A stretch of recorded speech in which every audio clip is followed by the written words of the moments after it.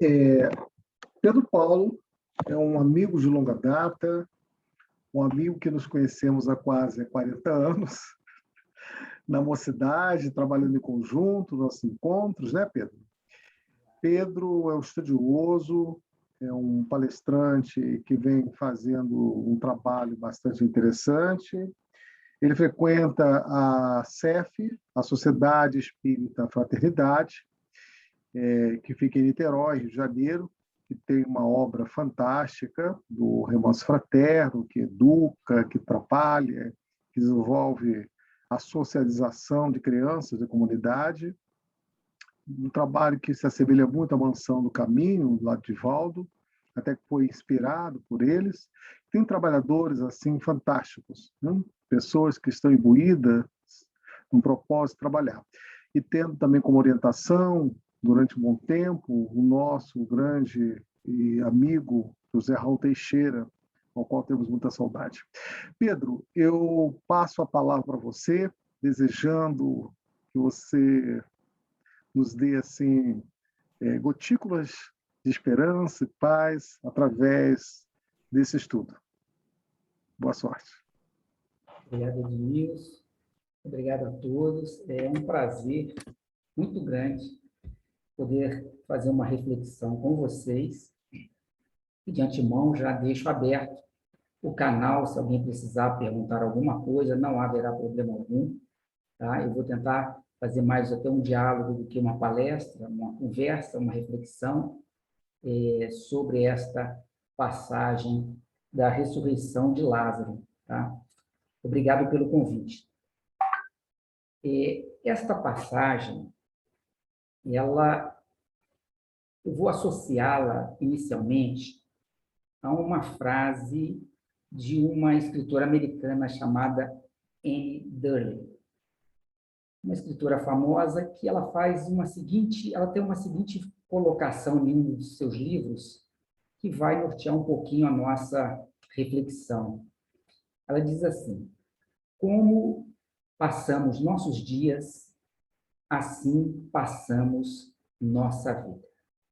É uma frase simples, né? Como passamos nossos dias, assim passamos nossa vida. Repare que a nossa vida, ela é composta de dias. É uma questão lógica. Nós temos um primeiro dia da nossa passagem na Terra, que é um dia de alegria, que é um dia marcante, é o dia que nós contamos a nossa idade. Então, é o primeiro dia da nossa existência num corpo físico.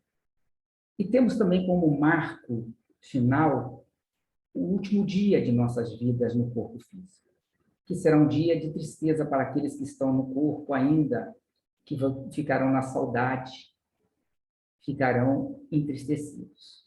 Vejamos que a nossa vida é composta de dias, mas entre esses inúmeros dias, existe um dia marcante, que é o primeiro dia e o último dia de nossa passagem aqui no corpo físico. A questão é que quantos dias nós temos na nossa vida? Vejamos que cada década é formada aproximadamente de 3.650 dias, aproximadamente. E nesses dias, o que nós sentimos? Vejamos que no primeiro dia nós sentimos uma alegria. No último dia, aqueles que ficarem vão sentir uma tristeza. Mas, ao longo desses inúmeros dias, quantas vezes sentimos alegria e quantas vezes sentimos tristeza? Essa é a grande questão. A nossa vida é composta de inúmeros sentimentos que vão se alternando a cada dia. Por isso a colocação: como passamos nossos dias, assim passamos a nossa vida. Como têm sido os dias da nossa vida? Cada momento representando uma oportunidade de crescimento, uma oportunidade de nascimento, dependendo daquilo que começamos a fazer. Quantos projetos, quando se iniciam em um determinado dia, É um dia de alegria, é um dia de felicidade, é um dia de esperança. Mas, de repente, este projeto, acontecimentos outros, nos levam a sentimentos contrários, nos levam a sentimentos de tristezas, às vezes de desespero, às vezes de desesperança, que são certos dias da nossa vida. Ao recebermos, por exemplo, uma notícia desagradável, uma doença grave, é um momento, é um dia de tristeza. De repente, é um relacionamento que se desfaz. Quando ele começou, foi uma alegria imensa. Mas, de repente, ele se desfaz por motivos outros e é um dia de bastante tristeza. É um filho que você recebe a notícia que ele enveredou por um caminho não muito positivo. É um dia de tristeza. Mas, ao mesmo tempo, quando este filho nasceu, ao longo dos seus dias, entre esse dia inicial e esse dia final da sua vida, é um dia de grande alegria para todos nós. Vejamos que a nossa vida ela é formada de ciclos, ciclos que representam nascimentos, ciclos que representam momentos finais de um determinado ciclo. É aquela famosa roda do karma, em que, em certo momento, nós estamos no ápice, lá em cima da roda, uma alegria tremenda. Mas essa roda vai girar. E nós vamos chegar lá no ponto mais baixo da roda. E é um momento de bastante, às vezes, de tristeza. Só que quem tem uma visão maior das coisas, percebe que esse ciclo existencial da vida faz parte das nossas necessidades. Então, por que somos colhidos por tantos dias de tristeza que representam para nós momentos, entre aspas, de morte? Mas, em contrapartida também, todos esses dias de tristeza tiveram no seu início um momento de bastante alegria. Por quê? E nós buscamos Jesus quando nos fala que no mundo nós teremos aflições. Mas por que nós teremos aflições? Porque fomos os escolhidos? Não. Porque as aflições fazem parte das nossas necessidades evolutivas. Nós precisamos crescer. Nós precisamos nos desenvolver.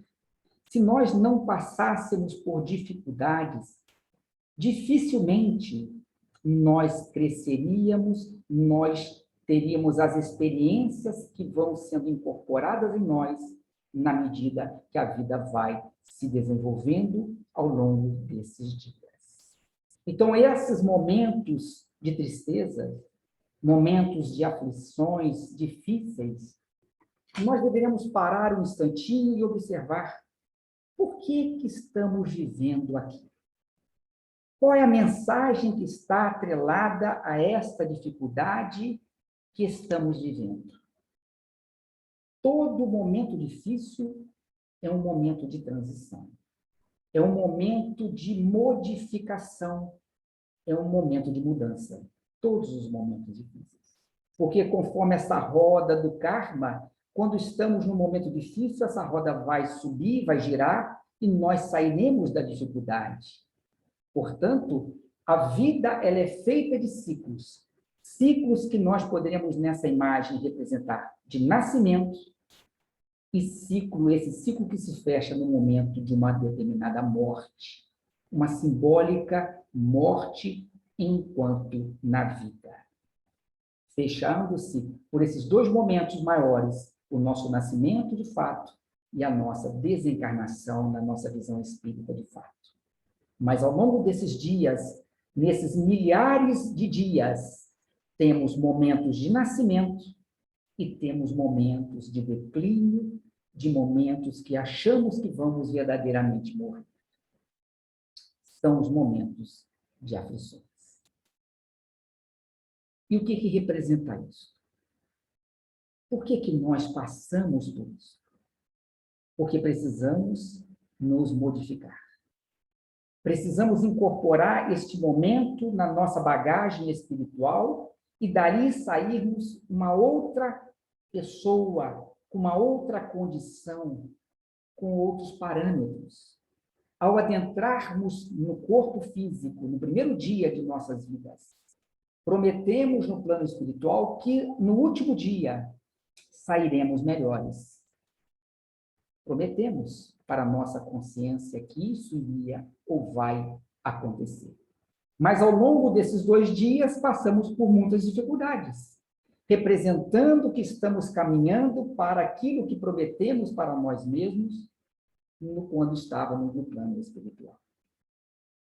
Mas será que enxergamos, neste momento de dificuldade, esse renascimento? Como é que observamos isso? Por que temos tanta resistência para assumirmos uma transformação? Essa é a grande questão. Quando estamos sofrendo, queremos fugir do sofrimento, mas não queremos entender o sofrimento como forma de transformação moral. É uma grande questão a pensar.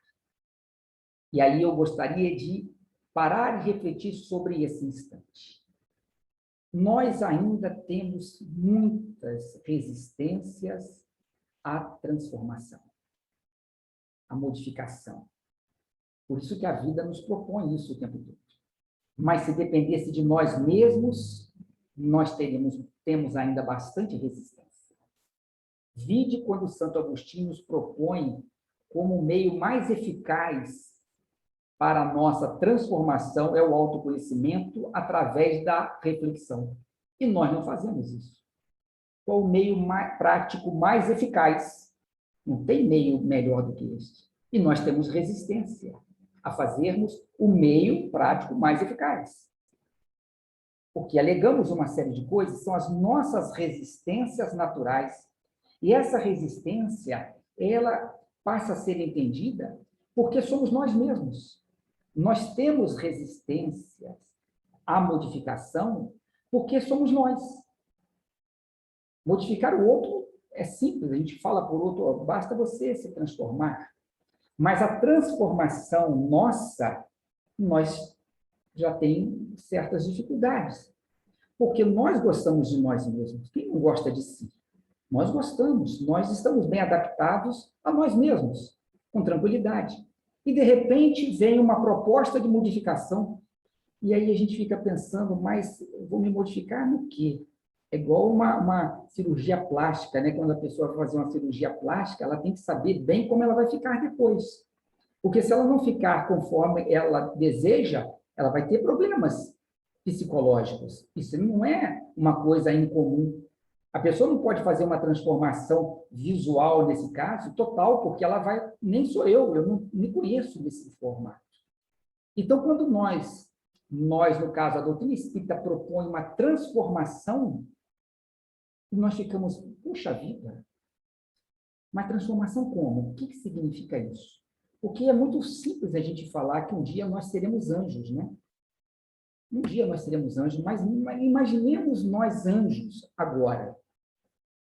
Não dá para a gente imaginar isso. Seria um salto quântico tão enorme que a gente não consegue nem imaginar. Não seríamos nós. Como é que nós sairíamos de uma pessoa imperfeita para uma pessoa perfeita? Daí uma reflexão interessante, que nós ainda carregamos um ranço eclesiástico, né, do nosso passado, que nós vivíamos uma vida atual achando que vamos para o céu. A gente ainda pensa nisso.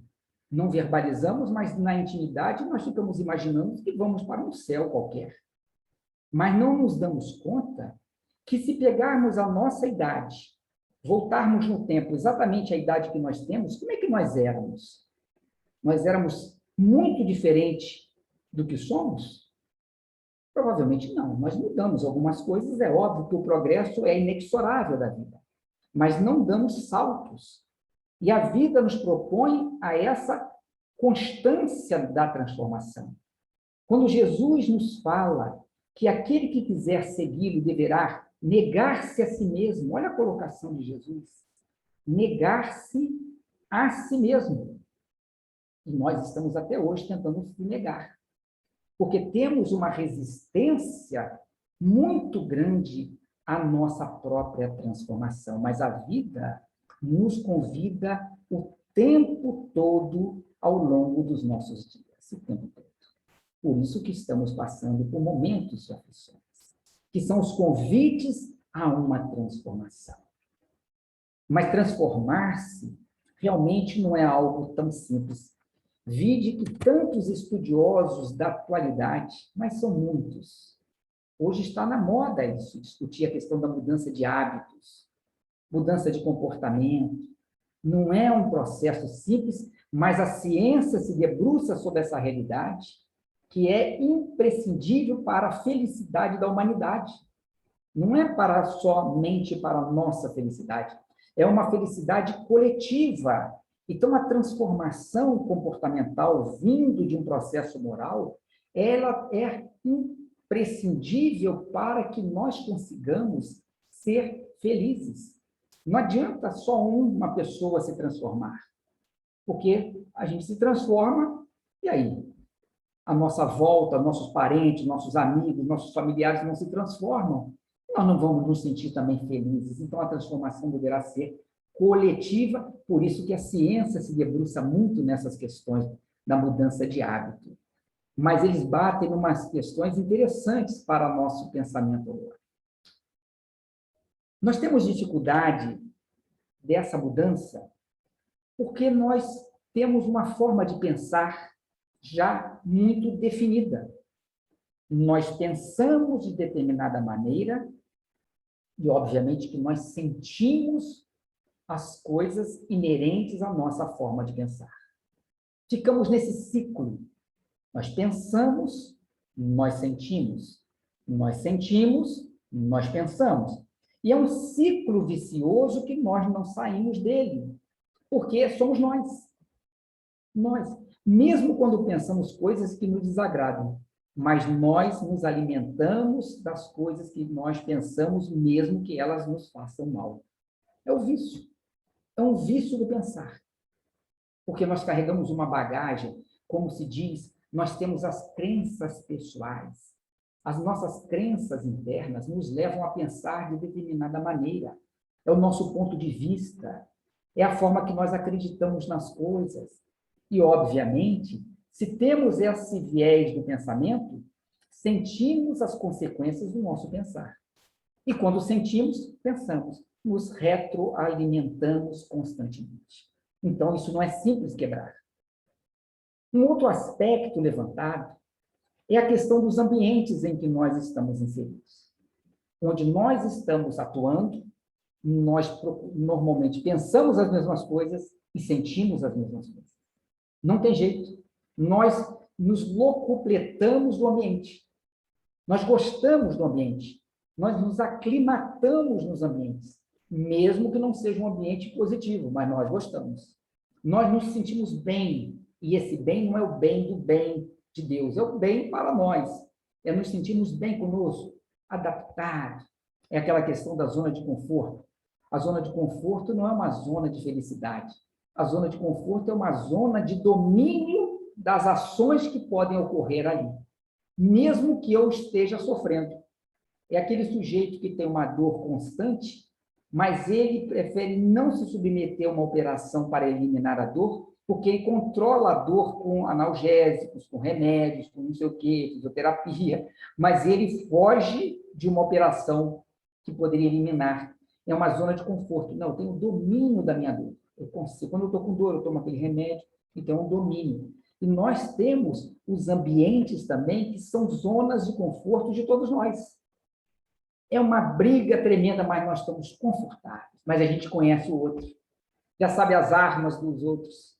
Já sabe as nossas armas de ataque. Então, isso também é uma coisa que nos dificulta muito nessa transformação que nós precisamos fazer da nossa vida, porque nestes momentos de morte aparente, é um momento de renovação. Até na mensagem inicial, foi isso que foi colocado. É um momento de renovação. Então, nesta hora, nós temos que entender que aquela dificuldade tem o objetivo de nos transformar. Porque senão nós praticamente morremos naquele processo. Nós não absorvemos a oportunidade do renascimento através do processo da dor. E um terceiro ingrediente que nós poderemos levantar é a questão do tempo. Nós vivemos normalmente no passado, lembrando do passado, e o passado nos traz à tona, no momento presente, uma série de emoções, sentimentos, pensamentos. Quando nós evocamos o passado, a gente traz para a tona, a gente traz o passado para o presente. E aí nós ficamos sentindo, nos alimentando. Olha, como é que era bom aquilo? Não é que nós não possamos nos lembrar das coisas. A questão é essa lembrança nos paralisar. Porque às vezes vivemos no passado e esquecemos de viver o momento presente. Mas não é só o passado. Às vezes vivemos também no futuro sem construí-lo. Porque quando nos projetamos para o futuro, nós nos projetamos como somos. Ninguém se projeta diferente. Reparem bem. Quando nós imaginamos daqui a 10 anos, a gente se imagina como? A gente se imagina totalmente diferente. Imaginemos uma pessoa, uma simbologia. A pessoa tem cabelo, se imaginar daqui a 20 anos careca. Ela não consegue imaginar isso, ela vai imaginar ela com cabelo, é óbvio. Gorda, a pessoa era magrinha, se imagina gorda, ou o contrário, não sei. Nós não nos imaginamos, porque isso não está no nosso consciente. Então, quando nós nos lançamos para o futuro, da mesma forma que somos no presente, nós não estamos construindo o futuro. Nós simplesmente estamos sentindo já no futuro o que nós sentimos no presente. Moral da história, nós ficamos parados, presos no passado e no nosso futuro, no momento presente, sem construir nada. Por isso que não é simples a transformação. Para que a gente possa tentar fazer essa transformação, nós temos que entender claramente os motivos pelos quais estamos vivendo as situações da vida. Enxergar neles um propósito. Mas por que eu estou passando por isso? Vejamos que no Evangelho fala-se da resignação, como esse consentimento do coração. Não é que não tenha razão envolvida, mas é uma razão diferente, é uma razão do processo interno, não é da lógica do consciente. Nós precisamos buscar, nesses momentos de morte aparente, os elementos que nos dizem o seguinte: está aqui a grande oportunidade para que nós possamos nos transformar. Se não encontrarmos um propósito, fica difícil fazermos algum tipo de ação de transformação. Porque para que haja uma transformação, nós precisamos agir. Não podemos ficar paralisados, parados.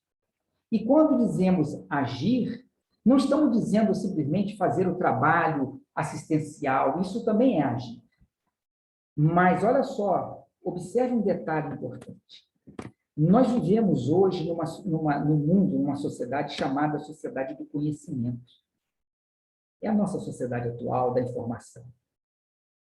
E sabemos que o nosso valor está muito atrelado a isso, o quanto nós conhecemos. E conhecimento, ele é resultado de uma ação mental com as informações que nos cercam. É isso. Nós pegamos as informações, todos os tipos de informações, que são colocadas no nosso mundo, processamos essas informações e transformamos essas informações em conhecimentos. Esses conhecimentos incorporados transformam-nos em pessoas diferentes, porque nós mostramos isso através dos nossos comportamentos. Se nós não agirmos, não fizermos nada, nós não nos transformaremos. Não basta orar. Orar é uma ação, mas não basta. Porque muitas vezes as nossas próprias orações são memorizadas por nós. Então, aquilo que nós estamos verbalizando de informações na nossa prece já foi tão decorada por nós que nós nem mais meditamos. Nós a fazemos de forma automática. Por isso que muitos trabalhos assistenciais, quando são feitos, ao longo de muito tempo, podem se transformar em coisas automáticas. E a partir do momento que eles se transformem num automatismo nosso, nós não estamos mais nos desenvolvendo. Por isso que nessa sociedade atual, antigamente, aquelas pessoas que ficavam muitos anos no mesmo emprego, né, elas tinham um mérito, né? A pessoa começou num trabalho e terminou nesse trabalho, 35 anos trabalhando na mesma empresa. Hoje em dia, isso não é mais cabível. Hoje as pessoas vão passando de lugares em lugares para poderem amealhar mais informações para se desenvolverem mais.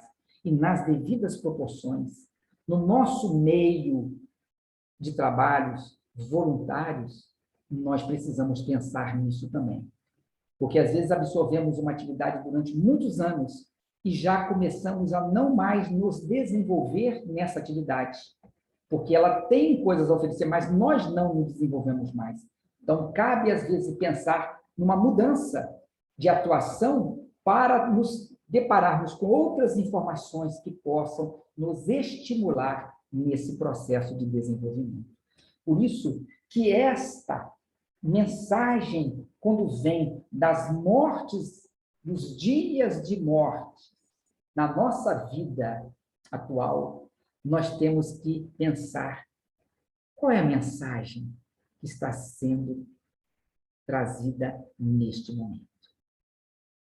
E aí a gente vai pensar na ressurreição de Lázaro. Na passagem, o Cristo estava distante, Lázaro ficou enfermo e foram avisar Jesus, que gostava muito de Lázaro, das irmãs de Lázaro, né? Marta e Maria. E ele soube, então, da enfermidade de Lázaro, e naquele mesmo instante ele fala uma frase que eu acho interessante a gente guardar. Ele disse assim, que aquela enfermidade não era para a morte, mas para a glorificação de Deus, para a glória de Deus. É uma frase que nós podemos pensar interessante. A enfermidade não era para a morte, mas para a glória. Da mesma maneira que as nossas aflições não são para a nossa morte, mas para a glória de Deus. Mas ele, então, recebendo aquela notícia, ele não vai imediatamente. Ele não foi na mesma hora. Ele ainda ficou 2 dias, conforme João nos narra no capítulo 11. Ficou 2 dias ainda. Demorou 2 dias. E 2 dias depois ele volta. Quando ele chegou com 4 dias, já estava Lázaro morto. Ele encontrou Lázaro morto há 4 dias, já cheirando mal. E o interessante é que, quando ele se aproxima, ele foi questionado pela demora. As irmãs questionaram, as pessoas questionaram. Se o senhor tivesse chegado antes, ele não teria morrido. Olha só. Questionaram o mestre, que tinha dito que aquela enfermidade não era para a morte. Ele falou isso. Mas, mesmo assim, foi questionado pela sua demora, porque se ele chegasse antes, Lázaro não teria morrido. E ele, então, até tem aquela, sente misericórdia, fica, se apieda deles, e vai em direção ao túmulo, chega lá, tem uma pedra, ele manda que retirassem a pedra, ele manda Lázaro sair, e depois ele manda que tirassem as faixas, né, que estavam em torno do Lázaro, tirassem as faixas, as ataduras. Então, em linhas gerais, a passagem é essa. Agora vejamos com as nossas reflexões.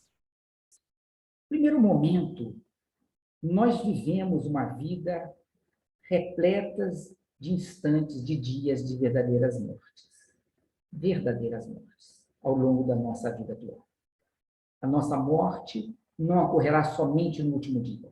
Ao longo dela, nós temos a mesma sensação, o mesmo sentimento, o mesmo sofrimento naqueles instantes, conforme nós já falamos, seja por uma doença que se aproxima e que essas aflições, elas não esperam, elas não perguntam, elas simplesmente chegam. É um telefonema que você recebe e a sua vida muda naquele momento. É um filho que desencarna. Quantos que perdem um filho e dizem que morreram para a vida? Quantas pessoas? Quantas pessoas? Quando perde um ente querido, disseram, a minha vida acabou, simbolizando uma morte em vida. Então, quando estamos próximos desses instantes, clamamos aos céus, pedimos ajuda, pedimos a Deus, pedimos a Jesus. As nossas crenças, então, nessa hora, são surpreendentes. Pedimos aos espíritos, pedimos a todo mundo, o nosso anjo da guarda, ajuda, imploramos ajuda. Está embutido aí o nosso merecimento que nós consideramos ter, né? Mas nós pedimos. E, de repente, mesmo com tanta súplica, nós vamos até o final do sofrimento. Sofremos. E questionamos aqueles que pedimos ajuda. Você não vai me ajudar? Será que não está demorando? Puxa, eu esperava diferente. Eu esperava que não fosse acontecer isso comigo. Nós questionamos a ajuda que nós solicitamos, porque queremos que a ajuda venha na hora que nós queremos, e não na hora que nós precisamos, que o mestre sabia. Se o mestre demorou para chegar, para atender a Lázaro, ele sabia que era aquele o momento que ele precisava chegar. É inquestionável.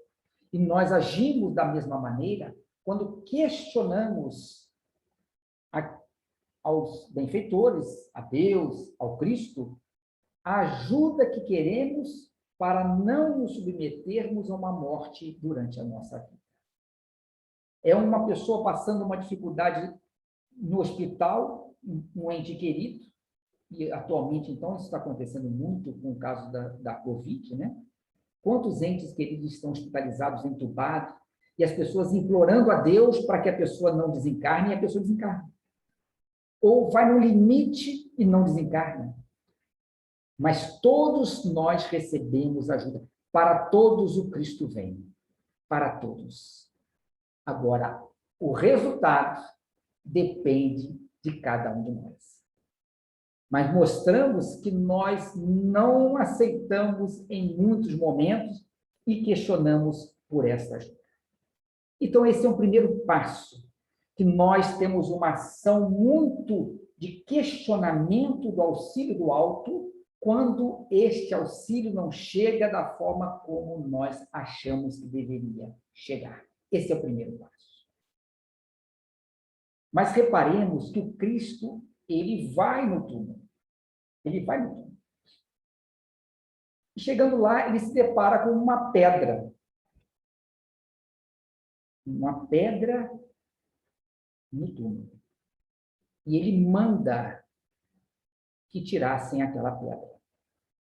Ele ordena para que tirassem a pedra.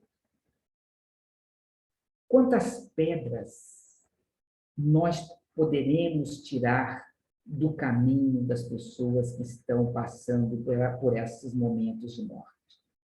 Quantas pedras? O coletivo, ele pediu para as pessoas tirarem. Quantos irmãos nossos, ao nosso lado, estão vivendo momentos de morte simbólica, a forma de Lázaro, e nós não arredamos o pé. Nós ficamos ali esperando a chegada do Cristo, para que ele tirasse aquela pedra. Mas vejamos que ele não foi ele que tirou a pedra. Ele mandou que os amigos de Lázaro tirassem a pedra. Quantos amigos nossos nós poderemos tirar as pedras do caminho para ajudá-los? E nós ficamos esperando a ajuda do alto sem nos movimentarmos, que é a grande gravidade. É a nossa falta de transformação. Porque quando o outro está nessa situação, também para nós é um sofrimento. E nós deveríamos pensar, por que eu estou ao lado desta pessoa neste momento de sofrimento? O que eu preciso arredar, tirar do caminho que eu possa ajudar para que aquela pessoa ressuscite? O que eu posso? Mas, na minha visão, ela também está morta. Vejamos que todos achavam que Lázaro estava morto. Todos consideravam caso perdido. Caso perdido. Pedem a Deus, mas consideram como caso perdido. Não, para que pediram? Precisava pedir. Se é um caso perdido, já era. Mas depois ele faz o quê? Ele manda Lázaro sair. Sai para fora, foi a colocação de Jesus. Ele manda o morto, aparente morto, sair, se movimentar. Que é o nosso caso também. Nós ficamos deitados, mortos, e não nos mexemos. Querendo que nos levantem, nos levem no colo. Não, o Cristo falou, sai para fora. Levanta e sai. Faça alguma coisa. Se você está nesse momento de morte, faça alguma coisa. Porque esta morte é uma morte aparente. Você tem condições de se levantar e de caminhar e de sair desta situação. Reparem que Lázaro já cheirava mal. Quantas vezes nós passamos a cheirar mal porque estamos parados no tempo curtindo uma morte sem nos levantarmos, sem trabalharmos, sem buscarmos ajuda, sem fazermos nada. Simplesmente oramos, fazemos, eu já orei a Deus, agora Deus que faça alguma coisa. Eu já fiz a minha parte. Isso é muito comum a gente falar. Eu já fiz a minha parte. Mas que parte é essa que você fez? Me conte. Não tem a minha parte ou a parte dele. Tem a parte de todos nós, a nossa parte. E ficamos ali em estado de putrefação verdadeira. Parados, estagnados, esperando a morte chegar. Mas não a morte física, mas a morte moral. A morte de não aproveitarmos o momento da aflição para podermos crescer. Então, ele mandou Lázaro se mexer. E, finalmente, ele manda o quê? Ele manda os amigos também para que eles tirassem as faixas, as ataduras, para poderem auxiliar aquela pessoa que estava ressurgindo, renascendo, ressuscitando, para que ela pudesse continuar na sua caminhada, com o apoio de todos nós. Então, não basta a gente tirar a pedra e levantar. Nós precisamos ajudar depois. Era antes e depois da ressurreição. Antes para ajudá-lo a ressurgir, a ressuscitar. Depois para ajudá-lo na sua caminhada. Em muitos momentos, nós damos a sopa como se fosse para que ele não morresse, mas nós não damos o pós à sopa para que ele possa sobreviver. Nós temos só um lado, vamos tirar as pedras, mas a minha preocupação é depois. Então, eu mantenho o sujeito vivo, mas eu não o mantenho na vida. Eu mantenho o sujeito existindo, mas não vivo conforme Jesus, que veio nos trazer vida. Então, é importante a gente pensar até onde nós deveremos transitar dentro da ressurreição do próximo. Porque quando estamos na dificuldade, oramos a Deus, pedimos ajuda. Deus se utilizará dos nossos amigos, daqueles que estão à nossa volta, para retirar as nossas pedras do caminho.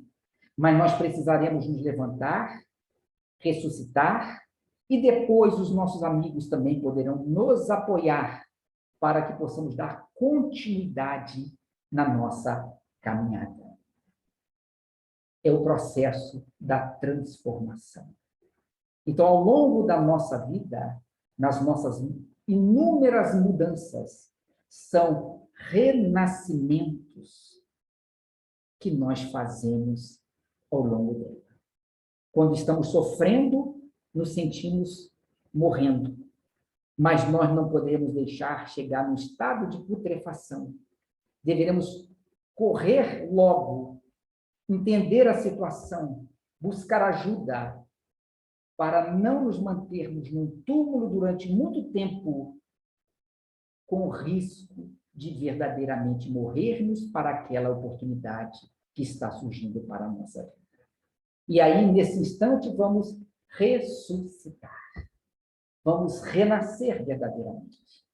Por isso, é importante pegarmos esta passagem de Lázaro, simbólica, e nós nem vamos tratar da questão de milagre, porque isso aí é uma coisa mais até só ler lá e a gente entende que não era uma morte, que não existe milagre, mas isso não tem importância alguma. O que tem importância é extrairmos de uma lição de Jesus elementos comportamentais na busca da nossa transformação. É isso que é importante. E não pegar a passagem e ficar naquelas coisas que a gente normalmente fica, que isso tudo bem, a gente já entendeu. Mas o que a gente pode extrair dessa passagem? E aí nós podemos pensar, como é que estamos agindo para as nossas reflexões finais? Como é que estamos agindo na nossa caminhada na Terra? Já passamos por muitos dias.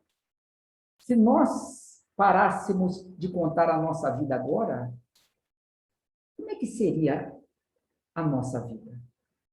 Como é que foi contada a nossa vida com os dias que nós já vivemos? Nós aproveitamos os momentos difíceis da nossa caminhada e ressuscitamos verdadeiramente? Como podemos imaginar isso? Porque não é simples fazer esta análise em nós, porque temos o vício de sermos nós mesmos. É importante olharmos para nós por uma capacidade que nós temos, que chamam os estudiosos de uma metacognição. Tentarmos olhar-nos de fora, olhar-nos de fora. Como é que somos? Como é que reagimos? O que temos pensado? Como falamos? Será que aquilo que demonstramos, que é a nossa mensagem, está de acordo com a vida que levamos? O missionário Gandhi nos traz uma frase interessantíssima. Ele nos fala assim: a minha vida é a minha mensagem. A minha vida é a minha mensagem. Será que a nossa vida está sendo a nossa mensagem? Ou a nossa mensagem é a nossa vida? Ou elas estão separadas? Eu prego uma mensagem e levo uma vida diferente. Se estamos neste gap, nessa diferença, deveríamos olhar e afunilar isso. É óbvio que não somos criaturas ainda 100% fiéis a Jesus. Temos um gap moral muito, às vezes, até grande. Mas ao constatarmos por esta metacognição e nos observarmos do alto, falarmos, olha lá, quantas mortes nós deixamos de ressuscitar. E cada uma dessas mortes que deixamos foi uma oportunidade de crescimento para trás. Mas não adianta ficarmos lamentando. Precisamos olhar para frente e caminhar com os recursos que temos na atualidade. A doutrina espírita é o maior recurso que nós temos na vida atual. É o maior recurso. É o recurso que mexe com o nosso lado interior.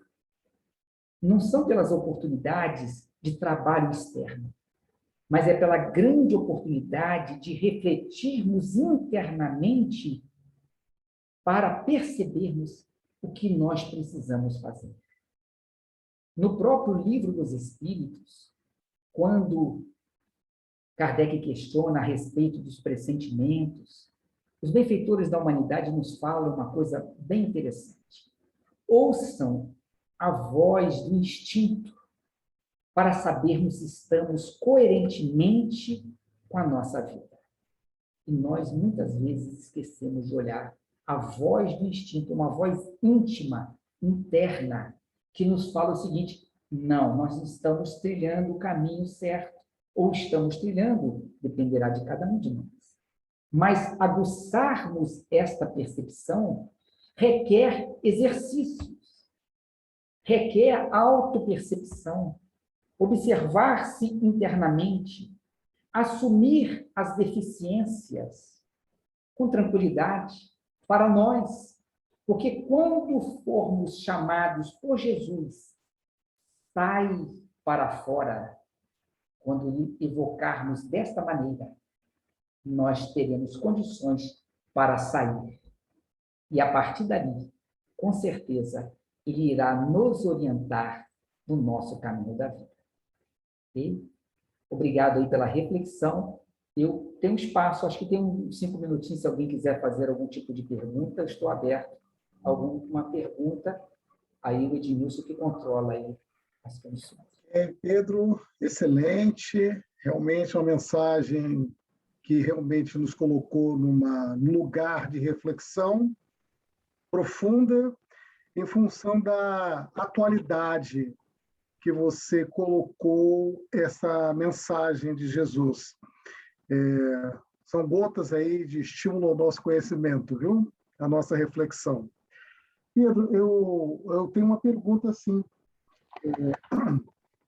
Fiquei muito impactado pela sua mensagem e resolvi, então, elaborar uma pergunta que você, de uma forma ou de outra, explicitou, mas vale a pena ouvir nesses segundos aí que nos restam.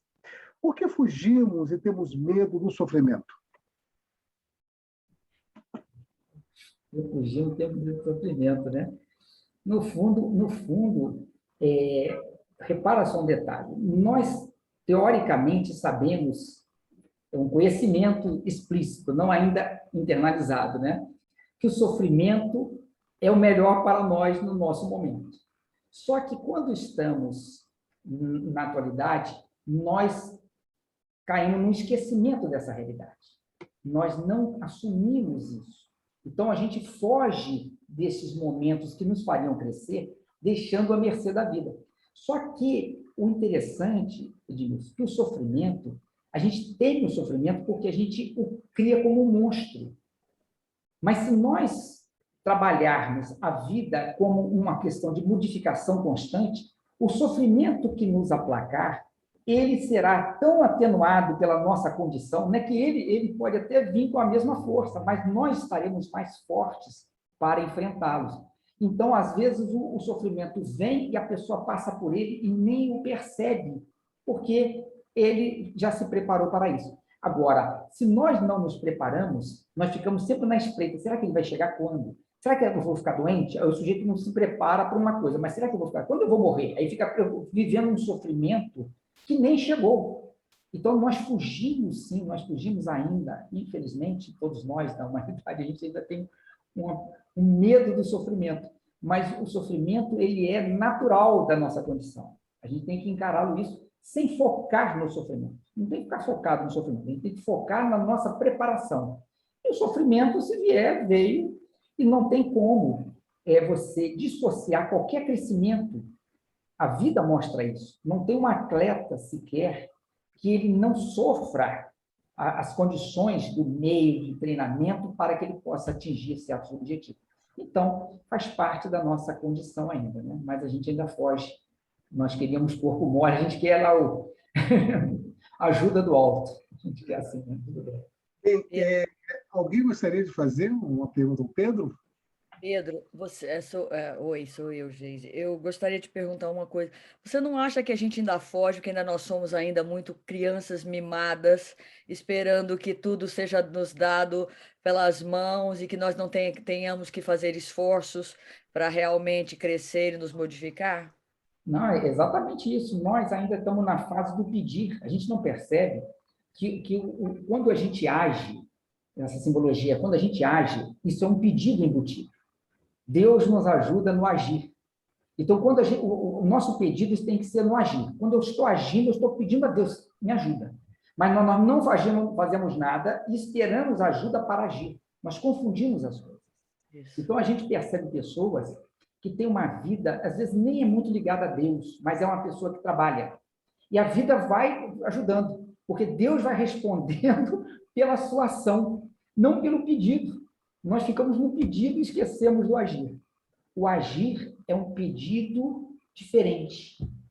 E nós somos ainda muito, como você falou, inocentes, nós somos ainda imaturos espiritualmente. Nós falamos das coisas no campo da teoria. Repare um detalhe, para a gente fechar o que você falou, que nós sabemos, teoricamente, de todas as virtudes. Basta pegar o Evangelho e ler. A gente fala da paciência, da tolerância, do amor, da indulgência, a gente fala de tudo, tudo, intelectualmente. Mas o viver isso, nós ainda estamos sofrendo com isso. Então, a gente tem que parar. Eu acho que a nossa humanidade, no momento presente, até com essa pancada aí que a gente levou, eu acho que a gente está na hora do praticar.